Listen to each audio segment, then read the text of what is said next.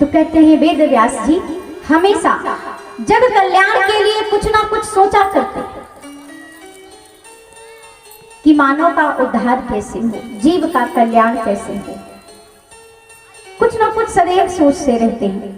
एक बात तो सोचते सोचते महाराज रोने लगे, वेद व्यास जी रोने लगे। तो ये आवाज ना सीधे भगवान के धाम तक पहुंचती है। जब भगवान के कानों में आवाज गई, भगवान ने नारद जी को भेजा कि जाओ धरा पर देखो कौन रो रहा है। नारद जी इस पृथ्वी पर आए, उन्होंने देखा कि वेद व्यास जी बैठे रो रहे हैं।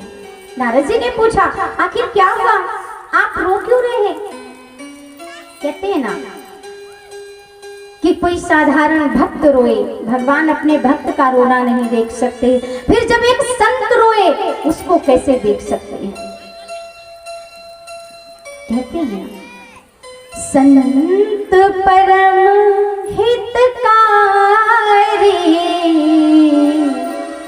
जगत माहि संत परम हितकारी, प्रभु पद प्रगट करावत प्रीति, प्रभु पद प्रगट करावत प्रीति, भरम मिटावत भारी, जगत माहि संत परम हितकारी। संत परम हितकारी, जगत माहि संत परम हितकारी। संत न होते जगत में तो जल मरता संसार। इस संसार में संतों की महिमा अनंत है, संतों की महिमा बहुत है। संत की परिभाषा क्या होती है मैं आपको आगे बताऊं। संत किसे कहते हैं, संत का हृदय कैसा होता है? संत में 3 अक्षर आते हैं, सा ना ता, 3 अक्षरों से मिलके बना है संत। तो इसका मैं बखान आगे करूं तो महाराज कहते हैं वृक्ष कबहु नहीं फल भके, नदी न संचय नीर, परमार्थ के कारणे साधुन धरा शरीर। वेद व्यास कहते हैं कि जब मैंने ये तन रखा है, तन मिला है, ये जीवन मिला है, तो जग कल्याण के लिए कुछ सोचना चाहिए, कुछ करना चाहिए। तो आप रोए क्यों? तो कहते मैं रोया इसलिए कि मैंने 17 पुराण लिख दिए, वेद शास्त्र लिख दिए, उपनिषद लिख दिए, फिर भी मेरे मन को शांति नहीं मिल रही है। आखिर क्यों नहीं मिल रही है? नारद जी कहते हैं आपने सब लिखा, लेकिन सब में आपने ज्ञान लिखा। अब क्या करूं? तो बोले आपने ज्ञान लिखा ना, लेकिन आने वाले समय में ज्ञान को सुनने वाला कोई नहीं होगा, होगा भी तो कोई बहुत कम, एक आधा, ज्यादा नहीं होगा। क्योंकि आने वाले समय में ना जो कलयुग आ रहा है, इस कलयुग में क्या होगा, पिताजी वही बातें रोज समझाएंगे बेटे को कि बेटा ऐसे नहीं, ऐसे किया जाता है, बेटा ऐसे करोगे तो ऐसा होगा, बेटा ऐसा करोगे तो। लेकिन हाँ हाँ पता है, आपसे ज्यादा मुझे पता है।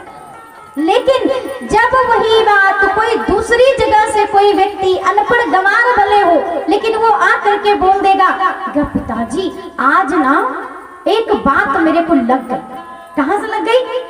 तब कहते हैं कि उसने ऐसी बात कही, तो पिताजी बोलते वाह बेटा वाह। रोज हम वही समझाते हैं तो समझ में नहीं आता है? घर को जोगी जोग लो, आने गांव में सिद्ध।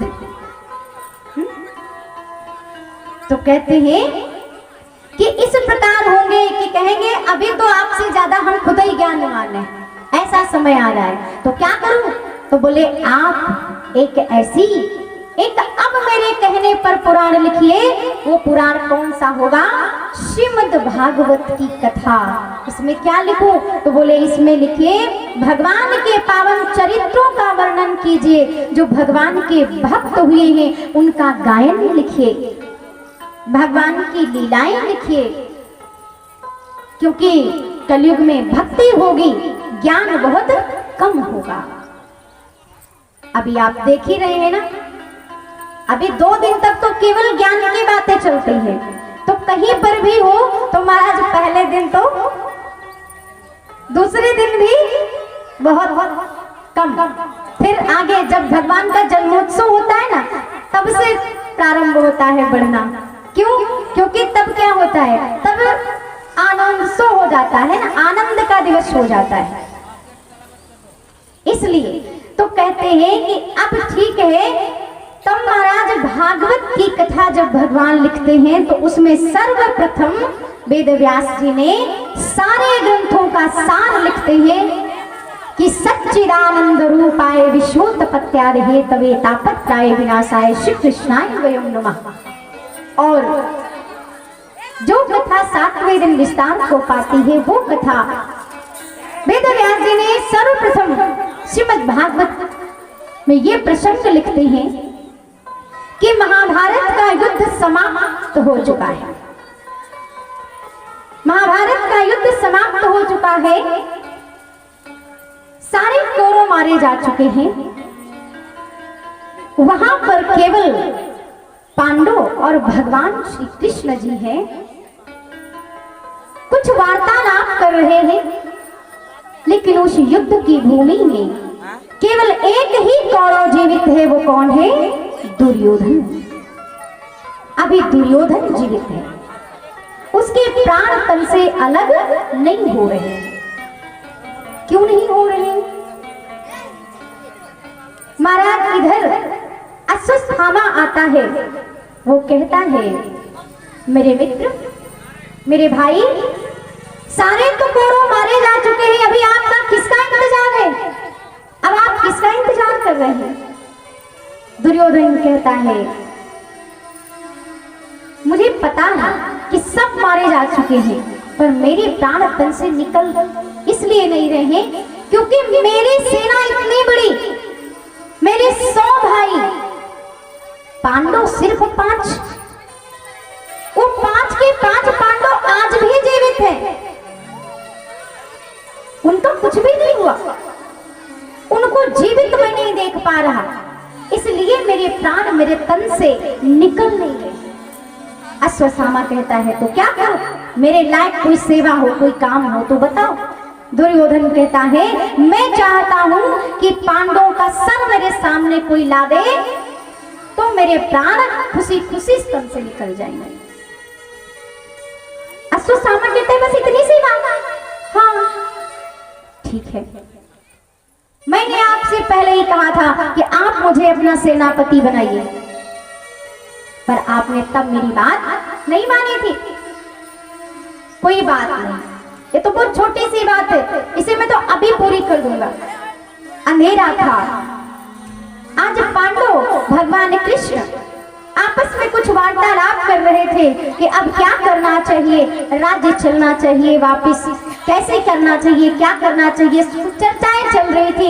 इधर जहां पर रोज पांडव सो जाते थे, आज पांडवों के शिविर में, पांडवों की स्थान पर आज उनके 5 पुत्र जाकर के सो जाते। जब 5 पुत्र सो गए, अंधेरा था, कुछ दिखाई नहीं दे रहा था, अश्वत्थामा हाथ में तलवार लेकर के जाता है। सैनिक सोचते हैं, पहरेदार सोचते हैं शायद कुछ बात करने के लिए जा रहा होगा, लेकिन वो तो अंदर जाता है, वो तो सोच रहा है कि 5 पांडव सो रहे हैं, जाता है उनके धड़ से उनके सर को काट करके एक बड़ी सी परात में रख करके लेकर के आता है। दुर्योधन ने दूर से देखता है और वो कहता है अरे वाह, आज तो जो कोई नहीं कर पाया, आज तो मेरे मित्र अश्वत्थामा ने कर दी। अब तो कहते हैं जल्दी से हटाओ कपड़ा। महाराज जैसे अश्वत्थामा ने परात से वो कपड़ा हटाया, दुर्योधन ने जैसे ही एक सर को हाथ से पकड़ा, दबा दिया, और सर फूट जाता है। दुर्योधन थर्रा उठा, कहता है अश्वत्थामा तुमने ये क्या कर दिया? अश्वत्थामा तुमने ये क्या कर दिया? तुम बाल हत्यारे हो। बाल हत्यारे कैसे? तो कहते हैं ये पांडव नहीं है जिनका तुम सर लाए हो ना, ये पांडव का सर नहीं है। फिर बोले ये पांडवों के पांचों पुत्रों का सर लाए हो तुम, ठीक है ना?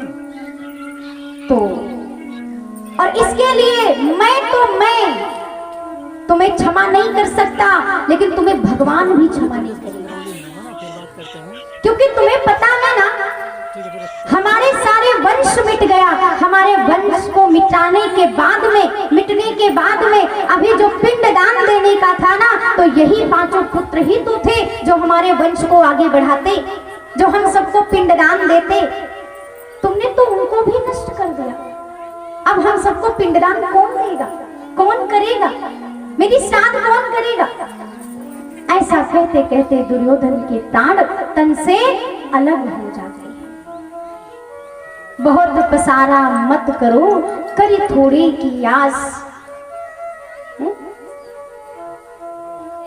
इस संसार में कुछ थोड़ा पाने के लिए हम कितनों का विनाश कर देते हैं। अब तो अश्वत्थामा डर गया। महाराज कहता है अब क्या करूं, ये बात जब पता चलेगी पांडवों को तो पांडव हमें छोड़ने वाले नहीं हैं। इधर द्रौपदी आती है और जैसे ही शिविर में जाती है, शिविर में देखती है कि धड़ तो है पर सर गायब नहीं है। वो तो जोर जोर से रोने लगती है, बिलखने लगती है। पांडव आ जाते हैं, क्या हुआ पांचाली, क्या हुआ? कहते हैं मेरे बच्चों को ये किसने हत्या कर दिया। पूछा जाता है पहरेदारों से, बताते हैं कि यहाँ पर अश्वत्थामा हाथ में तलवार लेकर के आया था, तलवार लेकर के आया था। ढूंढो, आज भगवान रथ हाँक रहे हैं और अर्जुन कहते हैं द्रौपदी जब तक मैं अश्वत्थामा को तुम्हारे सन्मुख लाकर खड़ा नहीं कर दूंगा तब तक मैं तुम्हारे अश्रु नहीं पोंछूंगा। और भगवान रथ हाँक रहे हैं, अर्जुन बैठ करके अश्वत्थामा को पकड़ने के लिए जा रहे हैं। जहां कहीं भी होगा इस ब्रह्मांड में मैं उसको ढूंढ कर लाऊंगा। अश्वत्थामा तो अपने को बचाने के लिए भाग रहा है, भाग रहा है, भाग रहा है।